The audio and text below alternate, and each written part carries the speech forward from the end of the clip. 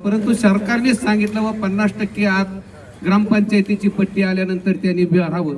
त्याचीही मुदत आता 31 मार्च पर्यंत केलेली आहे. हा लाभ आपल्याला सगळ्यांना घ्यायचा आहे आणि याच्यामधून सुद्धा आपल्याला निधी मिळायला अडचण नाही. कारण मोठे गावांचा जर निधी थांबला, पंचायत म्हणजे पंचायतीचा लय मोठा कारभार अजिबात नसतो.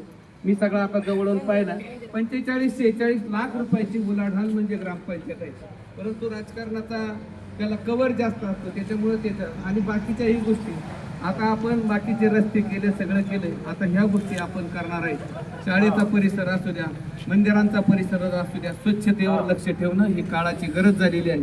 पुन्हा आता मी पंचायतीला विनंती करतो, सागर नाना, या वस्तू ठेवायला आपल्याला जागा करा, चांगल्या प्रकारचं शेड. नाहीतर मागं रथ आणला, बॅटरी जाईन, आमकं जाईन, माणसं भीतीपोटी जाईन का नाही. मग आपल्या सगळ्या शिपायांची संख्या कमी, माणसांची संख्या कमी, मग त्याचा स्पीकर जाईल का, आमकं जाईल का. ह्या वस्तू सुद्धा आपल्याला जपावं लागणार आहे.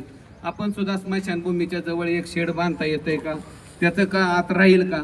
कारण आपल्याजवळ कचऱ्याची गाडी, ट्रॅक्टर झाला, डम्पिंग झाला, 30 मशीन झाली आणि रथ झाला. ह्या सगळ्या गोष्टी ह्या सुद्धा सुरक्षित राहणं ही लोकांच्या दृष्टीने काळाची गरज आहे. मी लोकांना धन्यवाद देतो. रथ बरोबर लोक नेतात आणि बरोबर आणून देतात. पंचायतीने पुसून देतात आणि पंचायत बरोबर तिथं आणून देतात. मनापासून लोकांना सवय लावली की लोक बरोबर सवयीला स्वीकारतात. म्हणून आता ह्याही वस्तू ठेवण्याचं आपण व्यवस्था करावा, कुठं आपल्याला मिळेल त्या जागेवर, आणि त्या वस्तू जपण्याची आपल्याला गरज झालेली आहे. गाव मोठं होत चाललेलं आहे. गावातल्या पूर्वीच्या अतिक्रमण झालं, टपऱ्या पडल्या असल्या तरी उभ्या बी केल्या पाहिजे. याची जबाबदारी जशी तुमची तशी आमची सगळ्यांची सुद्धा त्याच्यामध्ये जबाबदारी आहे. शाळा आता आपली 2 टप्प्यात शाळा भरती. हायस्कूल शाळा सुद्धा 1 टप्प्यात शाळा भरली पाहिजे. बिबट्यांचा वावर वाढलाय 5 वाजता, कारण 1 मुलगी आणि 1 मुलगा एका माणसाला आहे. तो सकाळचा मुलगा शाळेला जातो, मुलगी संध्याकाळची जाते. 2 टप्प्यात शाळा परवडत नाही, पालकाला दिवसभर बसून राहावं लागतं. ते सुद्धा विषय, शेवट हा गावाचाच विषय आहे. म्हणून आता आपल्याला ह्याही गोष्टीमध्ये सुद्धा लक्ष घालून या यंत्रणा आपल्याला भविष्य काळामध्ये करावं लागतील. टपऱ्यांच्या संदर्भात असू द्या, गाड्यांच्या संदर्भात असू द्या, कुणावर अन्याय होणार नाही. वेळ फक्त सगळ्यांनी थोडासा दिला पाहिजे. कारण जी माणसं पाडू शकतात ती उभी सुद्धा करू शकतात. हा शाश्वत विश्वास तुम्ही सगळ्यांनी ठेवावा. एवढेच मी आपल्याला पुन्हा एकदा कळकळीची विनंती करतो.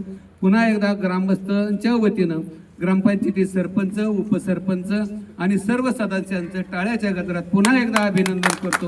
एका वैभवशाली ग्रामपंचायती, एक वैभवशाली निर्णय तुम्ही घेतला. मनापासून तुमचं सगळ्यांचं स्वागत आहे. आम्ही सुद्धा 92 ते 97 ग्रामपंचायतीचं सदस्य होतो, परंतु आम्ही झाडूवालीच्या पगाराला माग होतो. ही अवस्था ग्रामपंचायतची होती. आज झाडूची मशीन आणू शकतं ग्रामपंचायत. हा काळ बदललाय, काळाबरोबर तुम्ही बदलला. पुन्हा एकदा तुम्हाला सगळ्यांना शुभेच्छा देतो आणि या ठिकाणी थांबतो. यानंतर गावच्या प्रथम नागरिक